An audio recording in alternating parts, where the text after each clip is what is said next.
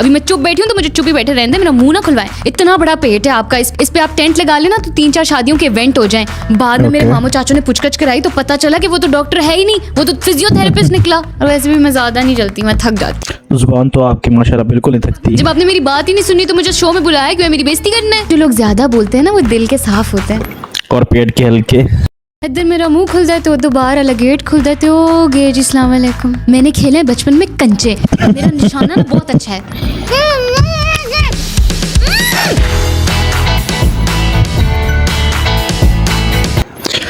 अस्सलाम वालेकुम दोस्तों, आई एम रुस्तम अली राणा और वेलकम टू न्यू पॉडकास्ट।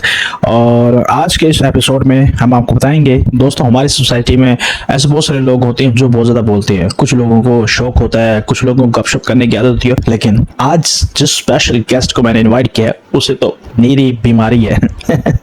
चले आए फिर गुफ्तगू का आगाज़ करते हैं ऐसी लड़की से, ऐसी बड़ी लड़की से जिसे आप चुप नहीं करा सकते, जिसकी जुबान उसके कद से भी ज्यादा लंबी है। अस्सलाम वालेकुम मैडम, कैसी हैं आप? बदतमीज। हाँ, वो मुझे उज़ैफा ने बताया। अपनी बात नहीं करी, मैं आपको बोल रही हूँ बदतमीज। ये कैसा इंट्रो करवाया आपने मेरा? नहीं, मेरा मतलब ये था कि वो नहीं तो क्या मतलब था आपका? बदतमीज था। होस्ट ने तो आप कुछ भी बोलेंगे, और मैंने जो इतना लंबा इंट्रो बना के भेजा था आपको, उसमें से तो एक लफ्ज नहीं बोला आपने। अपनी बड़बड़ लगाई हुई है तब से। और क्या मतलब है कि कद से लंबी जुबान है? अभी आपने सिर्फ मेरा कद देखा है, मेरे हाथ नहीं देखे, कानून से भी ज्यादा लंबे हैं। खोली के जरा अपने हाथ दिखाएं, फुल खोले, फुल। बस ये फुल लेंथ आपकी। इस हिसाब से तो हमारा कानून कोड हुआ। इंसल्ट कर रहे हैं आप मेरी। अब देखिए, मैं ना अपनी सेल्फ रिस्पेक्ट को लेके उतनी कॉन्शियस हूँ जितनी आप अपने पेट को लेके हैं। Oh sorry. भाई री आता जा रहा, रुक ही नहीं रहा। इतने फेमस हो गए, कम से कम कोई अच्छा ट्रेनर ही रख लें, बंदा वजन ही कम कर लेता है। बाय द वे, कुछ लोग होते हैं जो जिंदगी में पीछे रह जाते हैं लेकिन उनका पेट आगे निकल जाता है। लेकिन आप एक्सेप्शन है, आप खुद भी माशाल्लाह आगे निकल रहे हैं और पेट को भी साथ साथ ही लेके जा रहे हैं। आप तो माइंड ही कर गई। मैं ये कहना चाह रहा था, असल में लोगों ने मुझे ये बताया कि आपको लोग आपके बारे में कहते हैं कि आप बहुत ज्यादा बातें करते हैं। मार दिए गल्ला, साली दुनिया ते वेलिया, देख जीटी रोड उते किले छवे। इस शेर में सिद्धू मूसेवाला फरमाते हैं कि दुनिया का तो काम है बातें करना, तुसी भी करी जाओ। और वैसे भी ज्यादा बोलने में किसी का कोई नुकसान थोड़ी है, किसी का कोई हर्ज थोड़ी कर रही हूँ। बस ऐसे ही जो दिल में आ रहा है वो बात मुंह पे है। वैसे भी जो लोग ज्यादा बोलते हैं ना वो दिल के साफ होते हैं। और पेट के हल्के। पेट पे तो मुझे ना ही शुरू कराएं आप। आपके पेट पे शुरू हो गई ना मैं तो आपने रोने लग जाना है। इतना बड़ा पेट है आपका, इस पे आप टेंट लगा लेना तो 3-4 शादियों के इवेंट हो जाएं। नेट लगा लें तो हार्ड बॉल की प्रैक्टिस कर लें लोग, और आप 2-3 दिन फाके कर लेना तो सारे सैलाब का पानी स्टोर हो जाए इसमें। अभी मैं चुप बैठी हूँ तो मुझे चुप ही बैठे रहने दे, मेरा मुंह ना खुलवाएं। देखिए मैडम, आप बॉडी शेमिंग कर रही हैं। Body shaming? अभी तो मैं लिहाज कर रही हूँ, बॉडी शेमिंग तो मैंने शुरू ही नहीं की।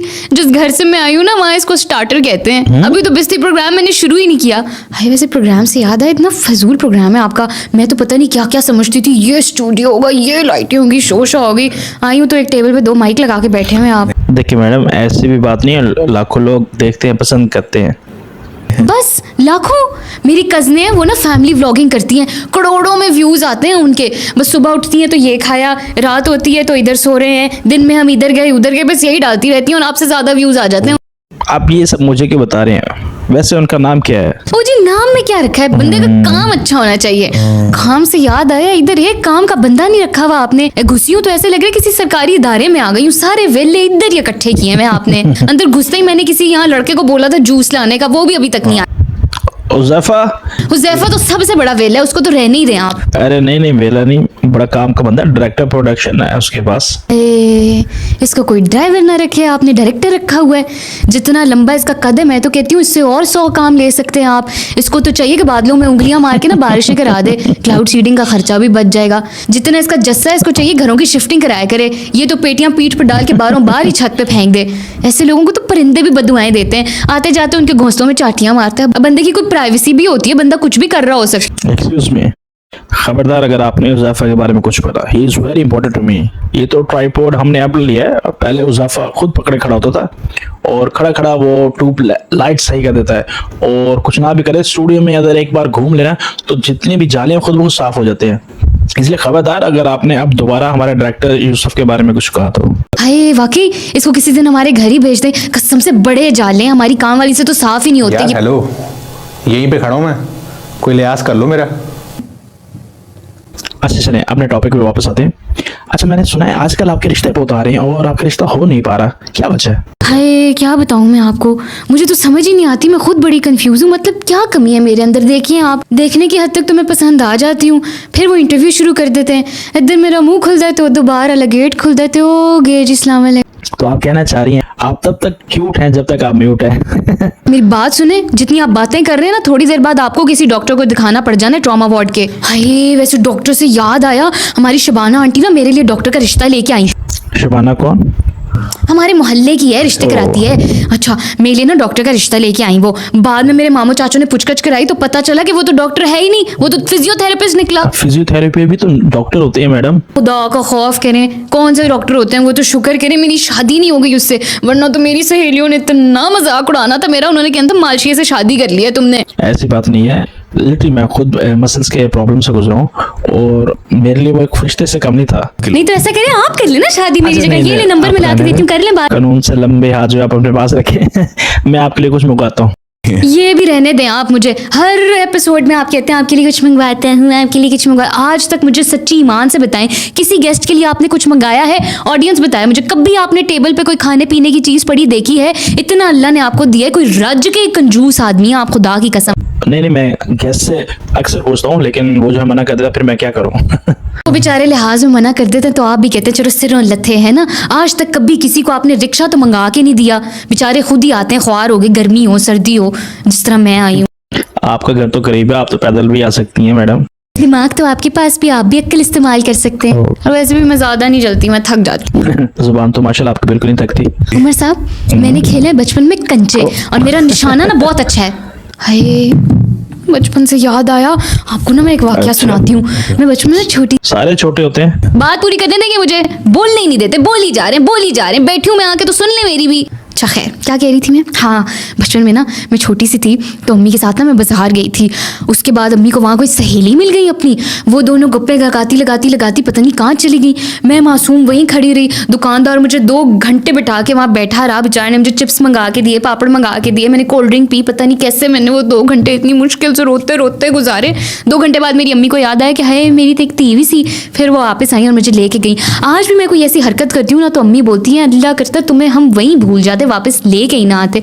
बंदा पूछे इकलौती बेटी है, बंदा इतना तो कम से कम कर ही लेता है किसी का। खैर क्या कह सकते हैं, लेकिन था बच्चा, अच्छा बंदा था बेचारा, लिहाज में लेके बैठा रहा मुझे, वरना आपको तो पता है हालात, कोई इधर उधर ले जाता है उठा के, अगवा कर लेते हैं बच्चे। अगर मैं अगवा हो जाती हो, मेरे तो घर वालों ने पैसे भी कोई नहीं देने थे, पता नहीं क्या होते वैसे। देखें अच्छा वो आप कुछ कह रही थी?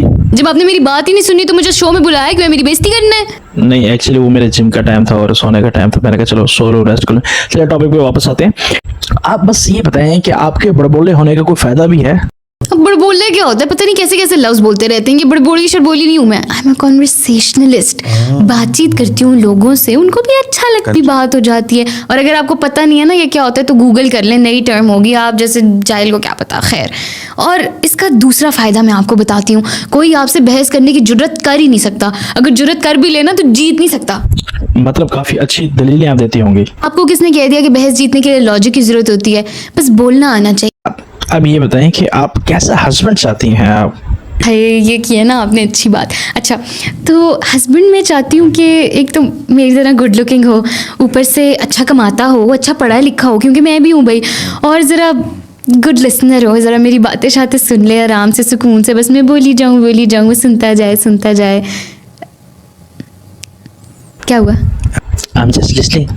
पता नहीं पता क्यों तो बाहर हो रहा है। सब खुदा का अपनी उम्र देखें, मेरी उम्र देखें, किस किस्म की बातें कर रहे हैं आप मेरे से। एक तो उल्टे जवाब पे आगे से ऐसा था, यहाँ पे मुझे आना ही नहीं चाहिए। तो दोस्तों ये था आज का ब्रॉडकास्ट, उम्मीद करता हूँ आपको पसंद आएगा और ऐसे बहुत सारे कंटेंट हैं जो हम आपके लिए बनाना चाहते हैं, तो आपने कमेंट्स में जरूर बताना कि किस तरह का आपको कंटेंट पसंद है।